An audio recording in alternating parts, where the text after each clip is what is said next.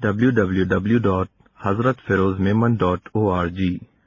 چند دن سے اللہ تعالیٰ نے سلسلہ شروع کروایا ہے سنت کا طریقہ اور بچوں کو نصیحت اور والدین کو تربیت کے لیے نصیحت. تو اللہ تعالیٰ کی رحمت سے چند دنوں میں پتہ نہیں اچھے خاصے میسج اور ای میل ٹیلی فون آئے ہیں کہ بہت فائدہ ہو رہا ہے. بچے غور سے سنتے ہیں. باہر ممالک سے بھی آیا ہے کہ بچے غور سے سنتے ہیں. اور کچھ میسج ایسے آئے ای میل، آج بھی ایک ای میل تھا جو حضرت والا رحمۃ اللہ علیہ کی فیوز اور برکات ہیں، ان کے جوتیوں کا صدقہ ہے کہ وہاں بھی اسی طرح مجلس ہوتی تھی. ابھی اللہ تعالیٰ نے ایک عجیب بات کر دی. جب یہ سلسلہ شروع ہوا تو انہوں نے بتایا کہ بچے جو ہے انتظار کرتے ہیں اور اسی کے اندر یہ باتیں نصیحت کی آ جاتی ہیں تو فائدہ ہو جاتا ہے.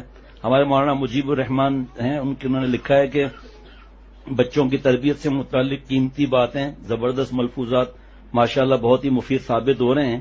اور لکھا ہے کہ ان کی بیٹی مریم جو دسترخوان کا بتایا تھا نا سنت، جس دن 3 دن سے دسترخوان جو ہے وہ لگاتی ہیں اور برتن رکھتی ہیں اور پھر اٹھاتی بعد میں ہیں.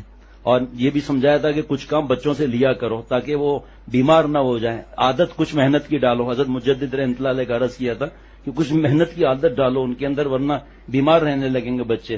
تو بتایا گھر کی صفائی وغیرہ بھی بچی نے کرنا شروع کر دیا ماشاءاللہ.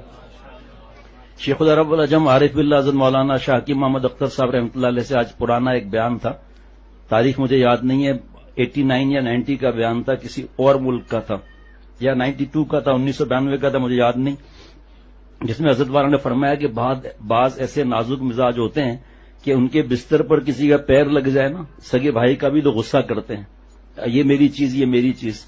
حضرت شیخ الحدیث مولانا زکریہ صاحب رحمۃ اللہ علیہ کی آدبیتی میں لکھا ہے کہ والد صاحب نے کہا کہ تکیہ لے آؤ. کہا جی بابا میں اپنا تکیہ لے آتا ہوں. بلا کر ایک تھپڑ مارا. اپنا کیا لگایا ہوا ہے، ہمارا کہو، تاکہ ذہن میں ابھی سے بیٹھ جائے کہ سب کی چیز مشترک ہے، یہ میرا یہ میرا یہ میرا. کوئی بھائی کا کھلونا اگر لے لیا تو بہن مار رہی ہے، بھائی مار رہا ہے. تو پیارے شیخ نے فرمایا، میں نے لکھ لیا تھا کہ اگر کوئی آپ کے بستر، مدرسے کے میں اندر بیان ہو رہا تھا، سب کے لیے فرمایا تھا کہ کوئی اگر آپ کے بستر پر سو جائے یا آپ کے برتن کو استعمال کرے یا کوئی چیز لے لے تو لڑو مت. فرمایا یہ نہیں کہ ذرا سی بات پہ لڑ رہے ہو، تو یہ بچپن سے ہی ماں باپ کو سکھانا چاہیے اپنے بچوں کو، یہ میرا تیرا وغیرہ حرکتیں مت کرو یہ. تو اس سے انشاءاللہ تعالی عادت جو ہے سخاوت کی بھی پیدا ہو جائے گی. دوسرا رزق کا ادب کرنا ہے. پہلے بھی عرض کیا تھا لیکن اس مجلس میں اب کر رہا ہوں کہ ہمارے بچے جب کھانا کھاتے ہیں تو سب چیزیں ملا لیتے ہیں آپس میں اور اس کے بعد زیادہ لے لیتے ہیں لالچ میں. تو ماں باپ کا فرض ہے کہ بچوں کو سمجھائیں، بچے بھی سمجھیں کہ ایک بار لے لو تھوڑا سا، پھر دوبارہ لے لو منع نہیں، پھر تیسری بار بھی لے لو منع نہیں کریں گے آپ کو اماں ابا.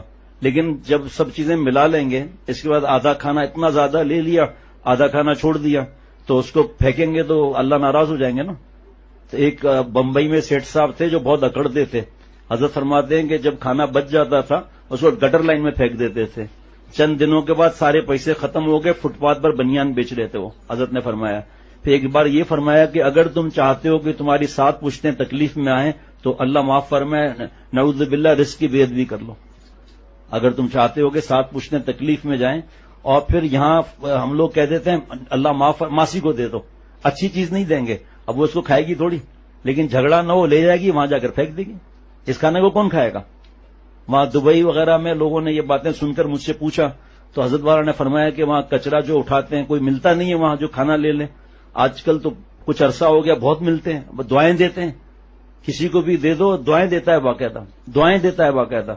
لیکن کچھ علاقے ایسے ہیں جہاں نہیں ہیں تو وہاں جو بڑے بڑے ڈسٹ بن ہوتے ہیں گورنمنٹ کی طرف سے، بہت بڑے بڑے، اس کو مشین آ کے اٹھاتی ہے. تو فرمایا کہ اس کے ساتھ باندھ لو. مجھ سے پوچھا کیا طریقہ ہوتا ہے، میں نے پھر بتایا. تو فرمایا اس کے ساتھ باندھ، آپ کے دوست سب وہیں پر ہیں، اندر اور بھی جگہ ہے، جو آنا چاہیں آ جائیں اندر. تو وہاں سے جو ضرورت مند ہوگا وہ اٹھا لے گا، باقی آپ کی مجبوری ہے. ایسے بھی گھر دیکھے جہاں 2-2 3-3 دن تک فریج میں رکھ کر گرم کر کے کھا لیا، تو الحمدللہ وہاں ضائع نہیں ہوا سامان اللہ تعالیٰ کی رحمت سے. تو یہ بچوں کو یہ نصیحت کرتا ہوں کہ جو اس دن نصیحت کی تھی کہ دسترخوان لگائیں، ہاتھ دھوئیں، صابن سے ہاتھ دھونے چاہیے، تاکہ ہاتھوں پر جو بچے چھوٹے ہیں نا، بڑے بھی، ہمارے تو حافظ شفقت نے کہا بھائی یہ پیٹ کی بیماریاں ٹھیک ہو جائیں گی، کیونکہ آخر انسان کے ہاتھ تو 10 جگہ لگتے ہیں نا. تو بچے جو ہیں وہ بڑے ہوں، بچے ہوں، صابن سے پہلے ہاتھ دھو لیں.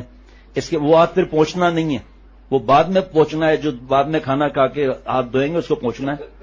تو یہ فرمایا کہ یہ نصیحت ہے کہ اس دسترخوان لگائیں، پھر بیٹھیں، پھر کھانا ہے. یہ طریقہ ہے. یہ نہیں کہ کھانا پہلے لگا ہوا ہے اور ڈش کا ہمارا انتظار کر رہے ہیں، ہم ادھر ادھر بھاگے جا رہے ہیں. تو پہلے صابن سے ہاتھ دھوئیں گے، اس کے بعد دسترخوان لگائیں گے، پھر کھانا آئے گا، پھر بسم اللہ کر کے کھانا کھائیں گے.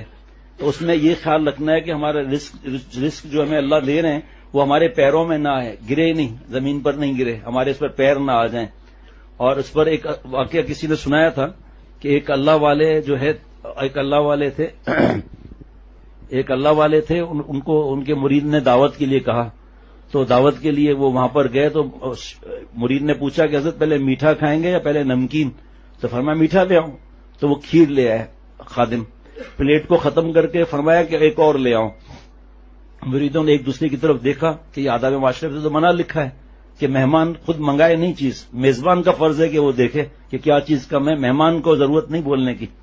تو ایسے بچے بھی سمجھ رہے ہیں کہ جب آپ دعوت پر جائیں گے تو آپ چیز مانگیں نہیں اور خاموش رہیں، جو مل جائے، دوبارہ مل جائے، لیکن مانگیں نہیں. آپ کے ماں باپ بیٹھے ہوں گے، ان کو شرمندگی ہوگی کہ لوگ کہیں گے ہمارا بچہ شاید بھوکھا ہے، اس کو کھانے کو نہیں ملتا جو مانگ رہا ہے. حضرت تھانوی رحمۃ اللہ علیہ فرماتے تھے کہ جب مسجد میں مٹھائی تقسیم ہوتی تھی تو ہمارے والد صاحب اور زیادہ مٹھائی ہمیں کھلاتے تھے کہ یہ کھا لو، اگر مسجد سے تم نے مٹھائی لی تو تمہاری پٹائی کروں گا. تو ہم لوگ جو ہے ابا ہمیں مٹھائی کھلاتے تھے، جتنا کھانا ہے کھا لو، مسجد میں نہیں لینا. چھینا چپٹی شور شراوا کتنا ہوتا ہے جب دین کی سمجھ نہیں ہوتی.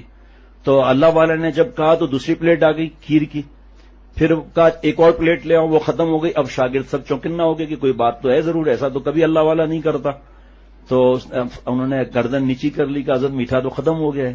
اب شاگرد اور پریشان کہ دیکھو وہی ہوا جو ہمارے بزرگ خود منع فرماتے ہیں کہ وہ شرمندگی بیچارے کو نہ ہو، اس نے ہو سکتا ہے میٹھا کم بنایا ہو. تو اب خاموش. تو فرمایا کہ بیٹا دیگچی تو ہوگی؟ کہ ہاں دیگچی ہے. فرمایا اس کو لے آؤ. تو دیگچی سے اللہ والے نے چاٹنا شروع کر دیا. تو مرید نے سوچا کہ میں اپنے شیخ کا تبرک کھاؤں. تو اس نے جب وہ چاٹا تو اس میں تو نمک ڈلا ہوا تھا. آنکھوں سے آنسو آ گئے کہ حضرت آپ نے ایسا، آپ کے گلے کا اور کیا حال ہوا ہوگا زبان کا کہ چھالے پڑ گئے ہوں گے، آپ نے بتایا کیوں نہیں؟ فرمایا اگر میں بتاتا تو تم بیوی کی پٹائی کرتے یا اس کو کوئی 10 باتیں سناتے. پھر فرمایا لطف سجن دم بدم، گہرے سجن گاہ گاہ، این بھی سجن واہ واہ، یوں بھی سجن واہ واہ. کہ ماں کے پیٹ سے لے کر اب تک اللہ نے، بچے سب دھیان سے سنیں کہ ماں سے پیٹ سے لے کر اب تک اللہ نے کتنی نعمتیں دی. تو اب جب کبھی کوئی ایسا ہوا، کبھی کبھی ایسا پریشانی بیماری بھی آ جاتی ہے، تو اس حالت میں بھی اللہ کا شکر ادا کریں گے، اس حالت میں بھی صبر کریں گے، شکر ادا کریں گے کہ اللہ نے ہمیں کروڑوں سے اچھا رکھا. ایک اللہ والے کو جب کوئی تکلیف آتی تھی تو حضرت نے فرمایا، وہ فرماتے تھے میں 3 شکر ادا کرتا ہوں. تکلیف پر 3 شکر؟ حضرت نے فرمایا جی ہاں، ایک کے سے زیادہ تکلیف نہیں آئی. نمبر 2 میری زبان جو ہے اس نے شکایت نہیں کی. نمبر 3 میرے دین پر تکلیف نہیں آئی. اس کا شکر. اللہ فرماتے ہیں لئن شکرتم لازیدنکم، شکر کرو گے تو اور دوں گا. تو ہم اپنے بچوں کو بھی، ہم خود بھی عمل کریں، بچوں کو بھی عمل کروائیں اس بات کے اوپر. ماں سے لڑنا، بدتمیزی کرنا، نہیں یہ مجھے میٹھا نہیں چاہیے، کچھ اور بناؤ. ماں کہاں سے بنائے گی رات کو؟ نہیں یہ مجھے جو ہے وہ سبزی اچھی نہیں لگ رہی، میں یہ نہیں کھاتا. ماں بیچاری پریشان کہاں جائے گی؟ تو جو اللہ دے کھا لو اور الحمدللہ کہو، اللہ کا شکر ادا کرو. حضرت لقمان علیہ السلام کسی بادشاہ کے پاس، حضرت کی مثنوی شریف میں لکھا ہے کہ وہاں پر غلام تھے وہ اس وقت. تو بادشاہ کیا کرتا تھا کہ سب سے پہلے حضرت لقمان علیہ السلام کو کھلاتا تھا، پھر جو ہوتا تھا خود کھاتا تھا.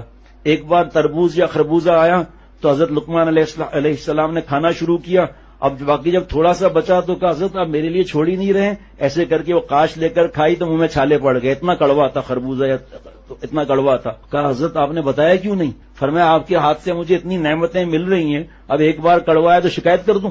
پھر حضرت نے اس کی تشریح میں فرمایا کہ اللہ اتنی نعمتیں ہمیں دے رہے ہیں، کبھی کوئی ایسا معاملہ ہو تو ہم شکایت کرنے لگیں.